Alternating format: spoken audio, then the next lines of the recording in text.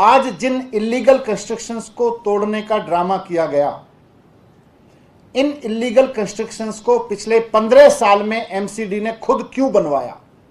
Bharatiya Janata party जवाब दे इस बात का कि जिन इलीगल कंस्ट्रक्शंस को तोड़ने का आज ड्रामा किया गया, भारतीय जनता पार्टी के किस नेता ने कितने पैसे खा के उन इलीगल कंस्ट्रक्शंस को बनवाया, इसका जवाब दे।